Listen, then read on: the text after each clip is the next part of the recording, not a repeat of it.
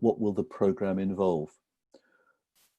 We're envisaging this being a 2-year program of action, research, development, and change. And we hope that by working together, there is strength in collaboration, but what you decide to do if you become part of it is tailored to your context and your priorities. We will be, through the program, hoping to challenge assumptions about what simplistically we've summarized as the what, the how, or the where of learning. And learning is our focus. And we'll unpick what that might mean in a bit more detail as we move through the afternoon. It will involve engaging with your stakeholders. There is no point in any of us sitting in a room, darkened or otherwise, trying to come up with a change that we think is really important if nobody else understands the need for it, buys into it, shares the same vision. So we shall be emphasizing throughout engagement of stakeholders. That is, of course, staff, but it is importantly students, and it is really importantly families and communities. And if you begin to join the program, it's participating once a month through Zoom in a community of practice at which we can share thinking and ideas and issues together. That will be on the second Thursday of each month at 4 p.m. What do we mean by a community of practice? This is the definition that Etienne Wenger came up with when he was introducing his notion of communities of practice. And it is obviously 3 key things which seem to us particularly relevant to what we were trying to do. So it is about an area of shared interest and key issues. And we are assuming that you have come along this afternoon because you share with us an interest and a passion in changing learning for the better for all our young people and children. And we think that there is an opportunity perhaps to tackle that in a really meaningful way at the present time. It is about, secondly, developing relationships, developing a sense of community for ourselves as pioneers, sharing discussion, sharing activities, sharing learning, and as a result of that, to be developing practice and new knowledge, new methods, new stories, and new ways of going about things. So that's why we've chosen to call it a community of practice. That's in broad terms what we hope we might be able to achieve together over the next 2 years. And that's the concept that we'll be trying to unpack in the course of the next half hour or so in more detail. But let me pause there and invite Caitlin to come back with any comments or questions that you've received so far. Nothing yet. Colin has asked if everyone will get a copy of the presentation. We will be sharing that tomorrow or Monday. That's correct. We'll reinforce it at the end. The presentation is being recorded. We will put it onto the Schools of Tomorrow website through YouTube tomorrow.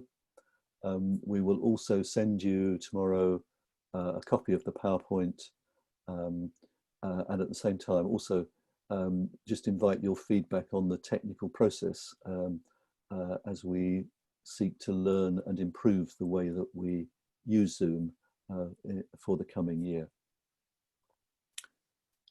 That's Any all other then. quick chat come through? No? Nothing yet, no. Nothing yet. Okay, right. I'm going to hand over to Brian to take us into the second of those 4 sections.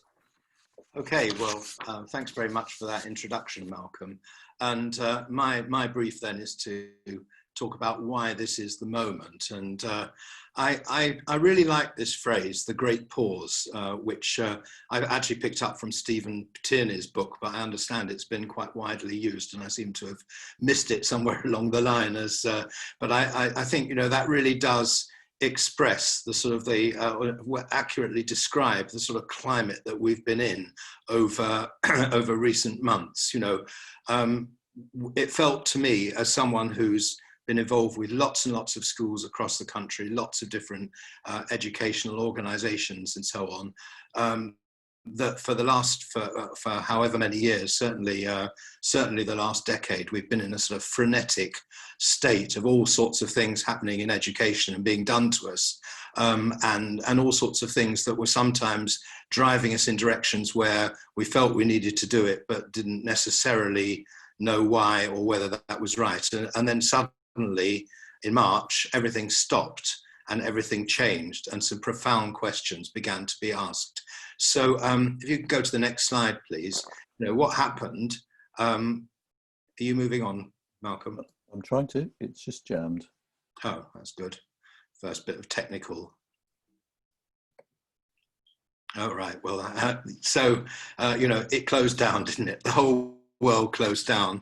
And I really like, and again, I always like to use ideas that are other people's. So the next slide is a concept that I've heard, you know, been used widely by James Heal, who speaks a lot about leadership in education, and talks about the idea of a VUCA context that we're in. You know, it feels, those four words really describe, I think, the sort of atmosphere that we're in at the moment. And if you look at the next slide, please, then, you know, that volatility is this unpredictable change. Well, any of you who are in schools don't need me telling you how volatile things have been and how unpredictable everything has been, and how the whole world seems to have changed, often on a Friday night when something arrives from the DFE or wherever, but all sorts of things have happened there. There is great uncertainty, great lack of clarity, and the whole thing has been very complex. And if you take this term, for example,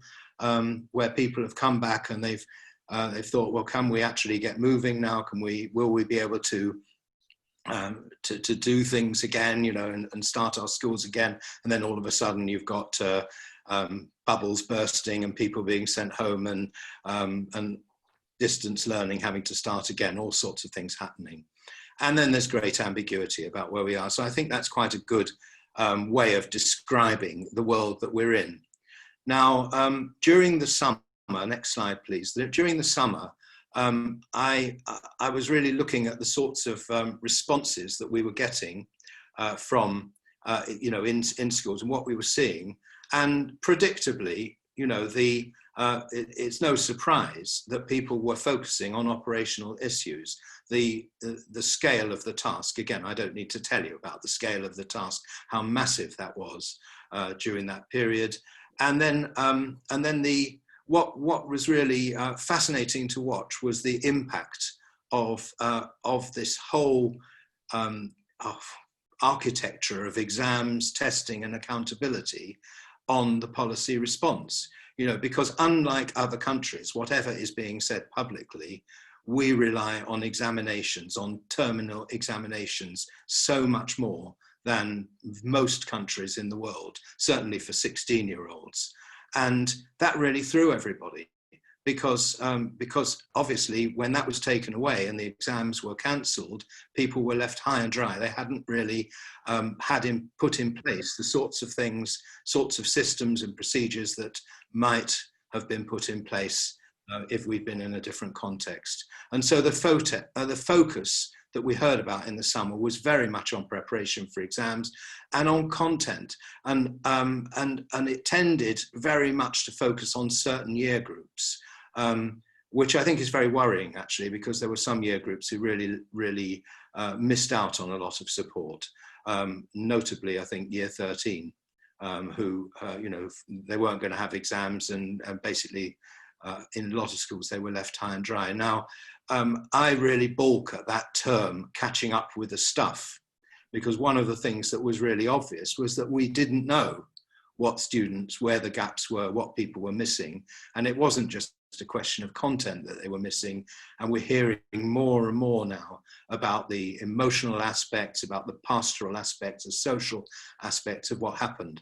And so the focus was often on restarting where we left off. And there was a big disconnect there actually about what was really happening.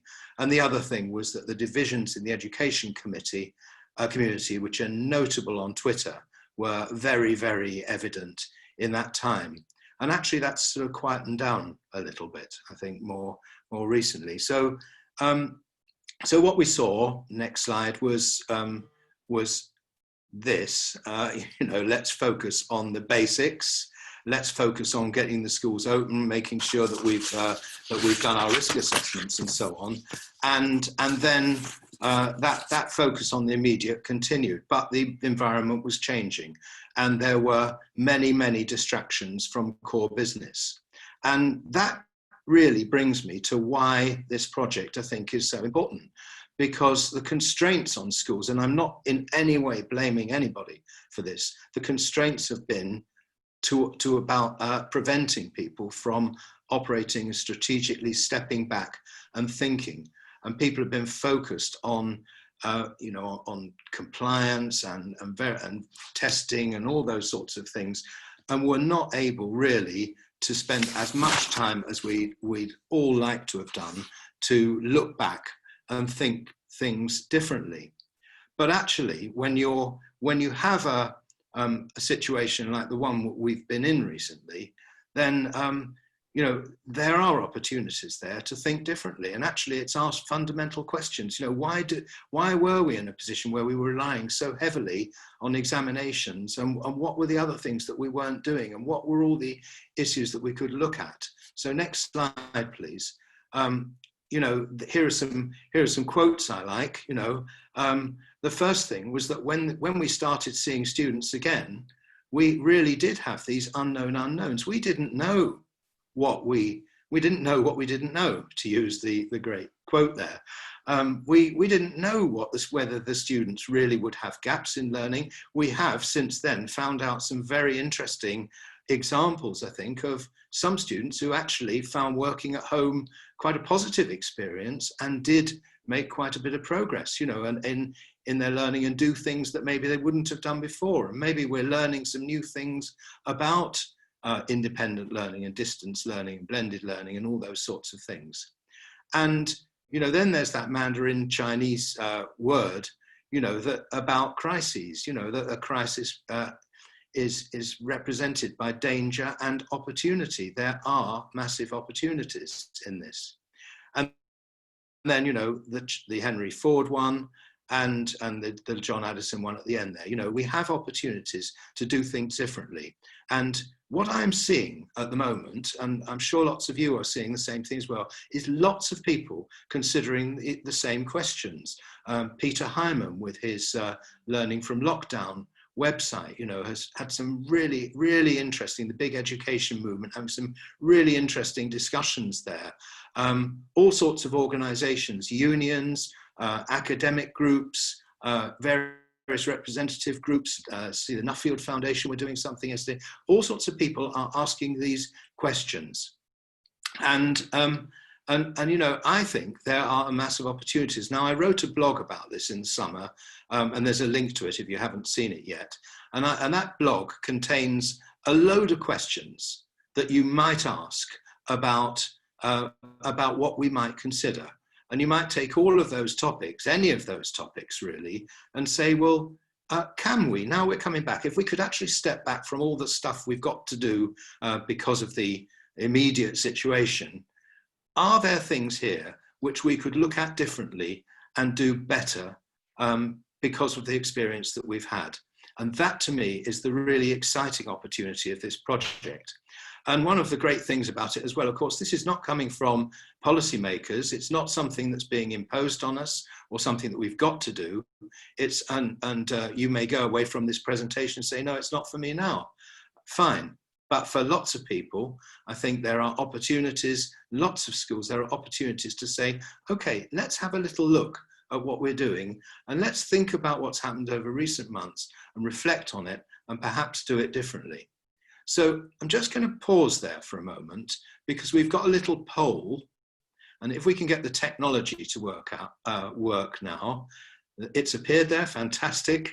I'm impressed, very relieved. Which of those seem to you to be the most urgent? We've just selected some. And I see that people are beginning to put things on the chat. That's great. Please add that as well. But are any of these? Let's have a quick look. I'll just give you a few seconds just to fill that in. And then I'll give you a countdown and we'll close it and see what you've said. I think if people choose other, it would be great in the blog to know what other might be. I can't see other there. Is it lower down? It's right down at the bottom. Oh, it does If you go scroll down, there are more options. There are more options. Okay, so, oh yes, yes. So I missed that. So I expect some other people might have done. So please scroll down.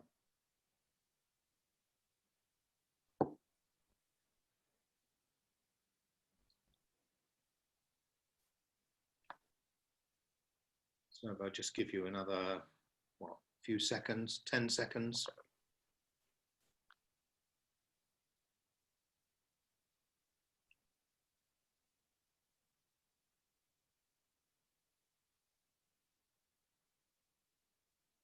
Okay, then let's close the poll down and see what we've got.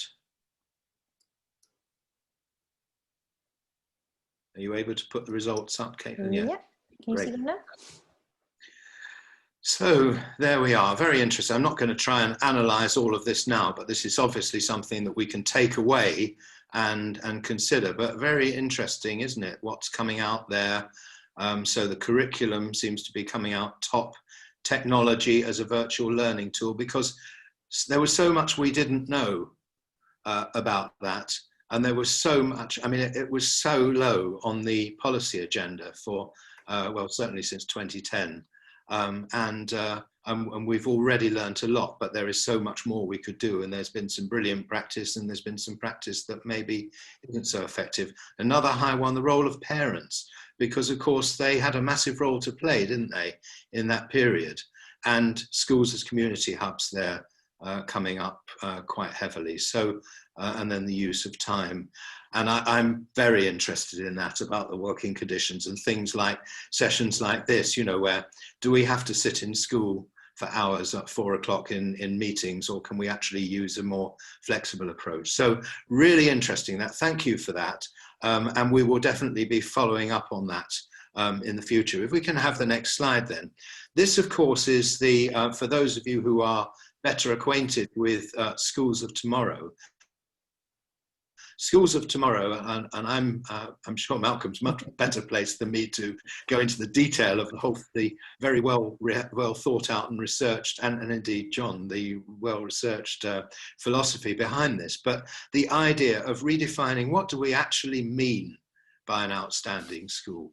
Is it just about the high levels of achievement, or is it about these other things, these 4 quadrants? And from what you've just said in that poll, we can see that there are several things there that resonate very, very closely with what you might say and what you might think about in terms of your research that you might want to carry out in school or to investigate and explore. And I think that's a great opportunity for staff to get involved in something really exciting, really different, and to take forward the education that you're providing for the young people in your school. And the other aspect of this, of course, is that we hold ourselves accountable for this. This is not something that's being done to us, as I've said before. It's not something that Ofsted is going to come and inspect, I hope. But if they do, I still think, I mean, a lot of people are talking about Ofsted, and that's well beyond the remit of this meeting. But we have to be in a position where we know our schools, we know what we're doing. We're the people who evaluate what we're doing, and then you know, if anybody wants to come in, they validate that rather than coming in and trying to pass judgment in a very superficial visit. I've just done an unashamed plug for what I've written about that in my book, but we'll move on from that quickly, and I will leave you with just some links, again, which you can pick up from the PowerPoint later, some further reading. And I will plug another book because it's not mine, and it's much better, which is Flipping Schools, written by the two other presenters for this. And again, I mean, when you wrote this, I think you didn't think we were going to have a pandemic at the time, but it couldn't have been better timing for a book that really makes people think outside the box, I think, about what we're doing there. So some links to some blogs from me, and I hope that you find that helpful and are beginning to think about what you might get involved with. So that leads into another question break, and we'll see if we've got any questions there, because I've been talking and not looking at the chat, but hopefully Caitlin has found something. We do. We've got three questions or thoughts. So the first one, how do we challenge this widely held belief that all children learn and develop at the same rate by virtue of their chronological age?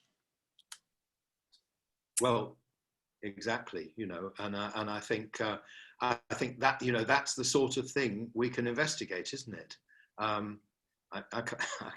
won't even try. I won't try to answer the question, but that is, you know, exactly these. I think these are fundamental questions of exactly the type that people are beginning to think about, or feel they can think about. They feel they're allowed to have that conversation almost, because it was just being there was so much received sort of wisdom or received policy that is just accepted, and there are things we can answer now. So yeah, it's a very, very good point.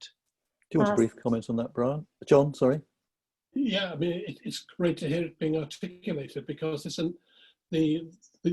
one of my favourite phrases, the notion of automatic chronological cohort regression, which is to be taken home and learnt, is nonsense, because in any group of young people, of a given age, the range of ability, the range of literacy is incredibly diverse. And good teachers have always known this and tried to mediate. But it really is, I think we're getting to the stage now where we have to say it's nonsense to pretend that there's uniformity between Key Stage 1 and Key Stage 4. It doesn't happen.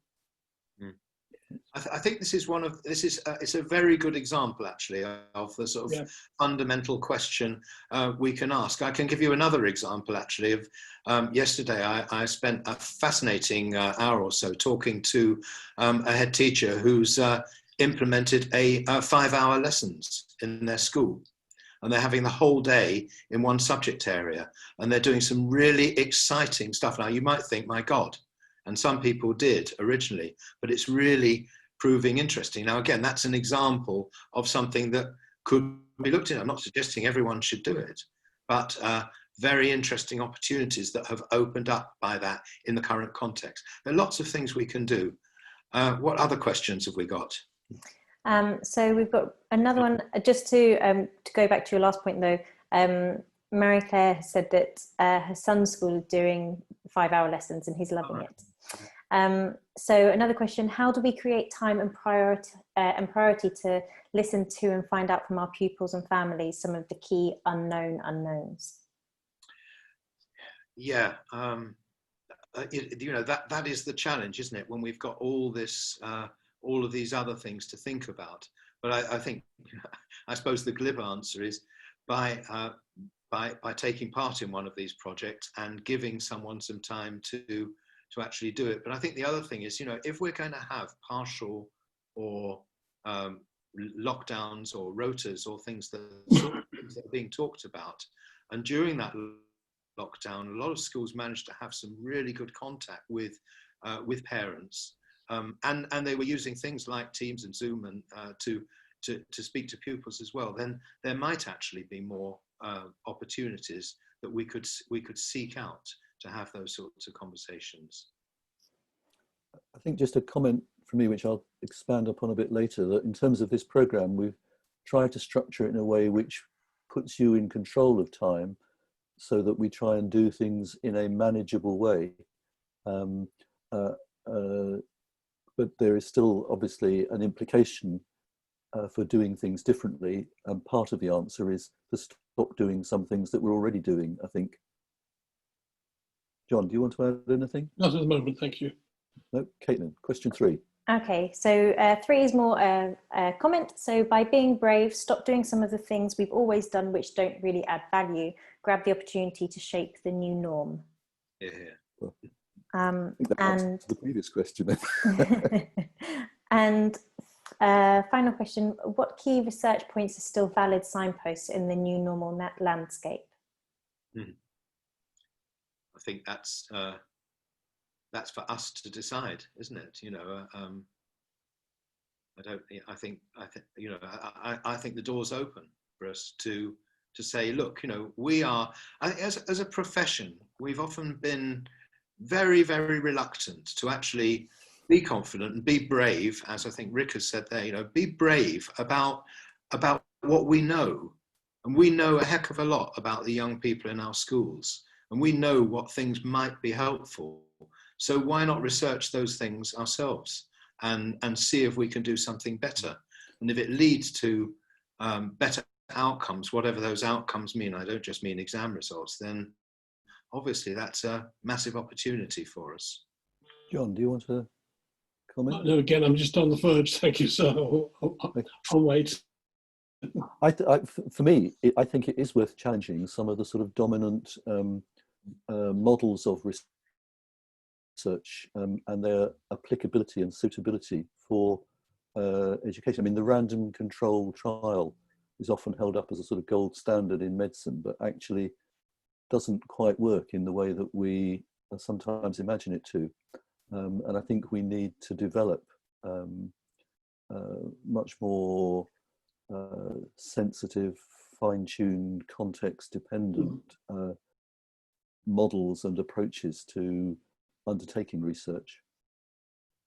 Yeah, I think we need to be saying fairly robustly sometimes that the emperor is wearing no clothes. But we've all been standing around applauding the emperor's latest suit, but in fact there's nothing there. And also that, as we say in our book, Malcolm, that the perceived orthodoxy of things like school improvement and so on are very important, but they do need to be questioned and challenged. And the fact that by and large in this country, there has been nearly 2 generations where schools have hardly improved in spite of the incredible professionalism of teachers and school leaders, but we're not actually closing the gap. In fact, as you know, the gap may be with us for another 500 years. And therefore, that's when we start saying this isn't appropriate and therefore we need to change. Okay. John, but it does require some courage to stand up and say, excuse me, everybody, but that is a naked research project. There's an image to conjure with. While we do that, John, do you want Indeed. to move on to the next section? Thank you, Malcolm.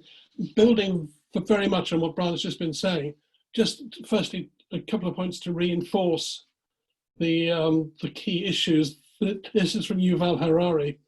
And the points he's making there, I think, which are so fundamentally important, is that the issue of flexibility, the ability to be emotionally responsive and so on, and also to develop mental balance. And that's something we've ignored. And we really need to begin to say that education is about a holistic model of the person rather than simply a functioning person replicating subjects. So I do think there's his final sentence there. You cannot learn resilience by reading a book or listening to a lecture. That is something that I think is absolutely fundamental, because the lecture there is a synonym for a lot of what goes on in terms of teaching at the moment. And therefore, again, we need to question the model of what an effective teacher is and what effective teaching looks like. And that really, I think, opens up a whole range of ideas. But I think a concern that we have in terms of looking at where this project sits in terms of the development of education policy, is that we need perhaps to begin to rethink some of the assumptions that we've made in terms of values, principles, and the actual moral perspective of education. And so if you could go on to the next slide, please. Then how about these as starting points for conversation? And really, not saying they're in any way prescriptive, but rather to say that maybe we do not do enough in terms of talking about these issues. I've just come from a meeting with 40 teachers from across a trust, and they've started a process this afternoon of going back to fundamentals and saying, what is it we actually believe in? And that is a very powerful conversation. And again, this notion of a commitment to equity. We as a country, by and large, believe in equality. We're not so comfortable with equity. And the notion of having research taking place and projects to develop the notion of how do we really understand equity when you have genuine inclusion and genuine parity of esteem. That, I think, is one of our great challenges as an education system. Equally and closely related to that is this whole issue of having the right sorts of interventions to really engage with the vulnerable and those that are systemically disadvantaged by virtue of poverty, by virtue of social class, by virtue of the way that our society is always seeks the average, and the distribution curve is a fairly evil model in terms of the way that we regard children. So those top two really, for me, say that this is almost about social justice, and really that we as a profession in this country have never really engaged with the notion that the role of a teacher is to help achieve social justice. It's been rather more the importance of teaching a subject, as Brian indicated, really questioning now all the way going back to Charles Handy a few years ago, was saying, why on earth are we doing GCSEs? What is the merit of the GCSE? Let's actually say that this is an emperor who has no clothes. And then thirdly, we again talk about social mobility, but let's remember that the entire board of the Social Mobility Commission resigned last year simply because of the lack of progress being made. And I think one of the most exciting areas for exploration is this notion of really focusing in on cultural capital and being very clear that cultural capital is a holistic view of the young person, and that it's not enough simply to have 5 good GCSEs. It's not enough to have good attendance pattern at school. Cultural capital is far more than that. And I think the state sector has a lot to learn from the independent sector, but of course there are real problems there in terms of resourcing and so on. But actually what the independent sector actually sells and does very well by and large is this whole issue of building cultural capital and confident and engaged young people who feel that they have worth of themselves and they have a range of opportunities to explore their personality and development, but also to capitalize on their interests. That for me really does mean that we are educating the whole person in a way that you can find echoes of it in the national curriculum and certainly going back over recent years, but nevertheless not coherent, not integrated, and certainly not the first priority. Personal focus of mine on prevention rather than cure, which is particularly apposite in living in the current environment, but basically preventing failure. And again, we as an education system, in my view, accept failure as being, well, failure is acceptable. And that has to be wrong, because when I went to university in the mid-60s, I think 6% of the population went to university then. And now it's just under 40, well, just under 50%, sorry. And we can't pretend that the ability of the population has changed that much in a lifetime. That in fact, we are, as I say, systemically militating against people's potential. And therefore, we need more we want a vaccine by law, heaven knows we want a vaccine, but we also want a vaccine that deals with failure, whereby we can immunize children and make sure that, for example, by the simple fact of literacy and ensuring that children have access to the language, that must be one of the most powerful resources and ways of moving forward. And then go back to put some points just raised, really beginning to get evidence-informed practice in teaching and learning. And I totally agree with the point that Malcolm made. It's not just about statistically valid research. It's also about the wisdom of people. It's about the experience of people. But that an evidence-informed rather than evidence-based, in the sense that the ability to take a judgment from across the range of experiences. And if we do really begin to engage with the evidence base, then the work done by all of the research that's going on around the different approaches to understanding neurological behavior, with Sarah Jane Blakemore's work at University College on the adolescent brain, with the work that's been done on genetics and the way that Robert Plomin has developed a science which shows that the key factor in many cases of children's performance is their genetic inheritance. That raises all sorts of issues, not about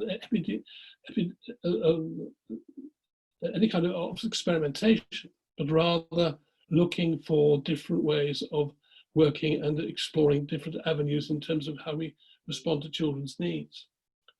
Because ultimately, getting much more collaborative and transparent practice, and that does strike me as something that has come through in the past 6 months of collaboration between schools, collaborations within schools, some very, very powerful work going on, which hopefully will come through in terms of the narratives around responses to the pandemic, but also increasing transparency. And again, we tend to be a system where as soon as a teacher gets inside her or his classroom, they close the door and lock it and hope that nobody comes by. And the need for the sort of work we've had in other contexts. And finally, this whole notion of genuine subsidiarity in the context of leadership, that moving away from the hierarchical model of school structures, which can be done so quickly. And there are few organizations, both outside the armed forces, that are as hierarchical as schools can be sometimes. And just to actually work against this notion of leadership as a status into leadership as collective capacity. And that strikes me as being a major area where we need to take some note of our Scandinavian cousins. And on to my third slide, please, Malcolm, if you would. And this quote from Krasniak, the whole notion, first of all, of working on empathy as the habitual and the fundamental component of any notion of the behaviors of an educated person, and then the skill of long-term thinking. And those two, he argues, are fundamental to any notion of transformation. We need to have young people who are empathic. We need to have young people who can think into the future, and crucially, that we listen to them talk about the future and that make that part of our approach to the future as well. I'll pause there, Malcolm. Thank you. Thanks, John. Caitlin, what has come through on the chat line? We just have one comment that's in agreement with your earlier point that you can't have equality without equity. And well, some say you can. We have one more question now. What kind of support, training and resources will schools need in order to be effective agents of social change on this scale? Surely it's not realistic to expect schools to achieve this on their own. Okay, well, I'm going to take that as a prompt to move into the next section. And I can't answer it in the round, but I can say that this is what we think we could do together as a group for those that choose to be a part of it. We have one more just quickly. that's just Okay. come through. Sorry to interrupt. So it just says, lots of varied ideas. Is there any cohesion to the dozens of suggestions? Is there any cohesion to? The dozens of suggestions. I think we're working for it. You know, that's what we tried to do in the book. That's what lots of other people are doing in research that is growing out of the Chartered College. And that's what I think is an exciting time, that we need to be coherence makers in this process. And this kind of project, I think, is absolutely valid. At the moment, there is no answer out there. For the first time in modern times, there are not lots of people queuing up with their cures for all educational ills, that they don't work like that anymore. So the process of actually engaging with these ideas, I think, is the number one possibility. The group I left earlier this afternoon are spending an hour after their working day talking about the whole notion of the core purpose of their trust. That's a very different form of conversation to the usual information dissemination and the entire school community, because all the adults in the trust, employed by the trust, were represented, are active participants in the process. That must lead to different outcomes. Thank you. I think part of the answer lies in the something like the 4-quadrant framework that Brian showed earlier. How do we reshape our understanding of purpose and quality in schooling? What are we there for? And I think what might inform our answer to that is that what we are here for in this project is to look at how to improve learning for all young people, and learning in a way which equips them to live in a volatile, uncertain, complex and ambiguous world, to understand and shape their future within it, and to address some of the really major systemic issues that as a country, as a race, as a species, we're going to face. But I'll try and expand on that later. But let me move into some of the practicalities of what we're envisaging, and begin with a timescale, which we've tried to design in a way which might be manageable and achievable and realistic, given the present uncertain situation.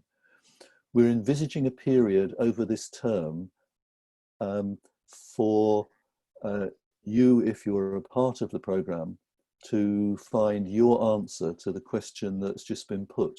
Finding a focus. What is it that we, in our context, which is different for each of us, want to focus in on as a key lever for improvement and for change in our situation? That focus needs to be understood, it needs to be researched, and that might be both researched through literature and the experience of other people, as well as through looking on the ground in your own situation and at what is possible. And it means engaging with people, engaging with stakeholders who will be part of that process. As a result of that, to begin to plan for a significant change. And I think it's important that we're not trying to change everything all at once, but if lots of us are doing things which are significant for our situation, we begin to have a collective body of experience from which we all and hopefully others can learn. So using the summer period to plan for that, to take that forward into the next academic year in September 2021. And what we hope is that towards the end of that year, we will be able to devote some time to evaluating and disseminating what has come out of that experience. And it is quite likely that some of those changes won't succeed. And I don't think that matters. What we're looking for is to learn from experience and to find ways forward in that. volatile and uncertain situation. If you are persuaded by what we've been saying, we would hope that you would commit to active participation in the community of practice. It isn't just heads or senior leaders. There's an opportunity to involve a range of staff, and we look for you to do that in the way that you feel is most appropriate. So we will need staff contacts to draw into the group. It will clearly, as one of the previous questioners indicated, take some time. We hope that that timescale is mindful of what is manageable, and it may mean not doing some other things that we have traditionally taken for granted. Just a word on cost. Obviously for SOTO Fellowship members, there is no cost for any of the programme that we're describing. I know there are several schools here who aren't yet members of the Fellowship. For you, the cost would be £225 to become associate members, if you preferred that to full fellowship. What can we offer you to help you in this process? We've talked about the monthly Zoom meeting on the second Thursdays at 4 p.m. The first one will be on October the 8th. If you're thinking of coming on board, please note that date now. It will be important. We will, across the programme time, offer you some free support time to use as you wish online, individual conversations with either Brian or John, Pam Mundy, Richard Jerver or myself. And if you wanted more than the allowed amount, there's an opportunity to purchase that in. Additionally, can't be specific about the amount of time yet until we know exactly how many schools we're dealing with, but we'll be addressing that on October the 8th. We have got some specialist input from Bill Lucas, particularly on research methodology and design, and he is running a workshop on October the 15th, the first of a series of workshops for schools within the community of practice, to begin to help think that through, and also from Richard Jerver on change leadership. And we hope that the community can offer a supportive, flexible and responsive environment in which you can develop your thinking and ideas and take them forward. So key events that we've touched on: October the 8th, first meeting, October the 15th with Bill Lucas. I haven't yet mentioned that with the Edge Foundation, we're running an open online Zoom morning themed on learning from lockdown, and both Peter Hyman, who Brian has referred to, and Richard will be contributing to that. And from that point on, we move into the regular community of practice meetings, second Thursday of the month, November the 12th. There are some key decisions for you to make if you've come this far with us. Do you want to commit to this? Could you let us know either way no later than September the 30th so that we can take our planning forward? If you make that decision to come on board, which staff will be involved and take the lead for you, and therefore will be part of October the 18th and 15th. We would need names, roles and emails. Less urgently, you would need to think about how to introduce the idea to and also prepare key stakeholders, and that might begin with governors or trustees. It might be with staff and ultimately with students, and with families and your communities, perhaps. You may, after today, and we'll have a questions session in a moment, have other things that occur to you, in which case do email one of us, and we'll do our best to respond.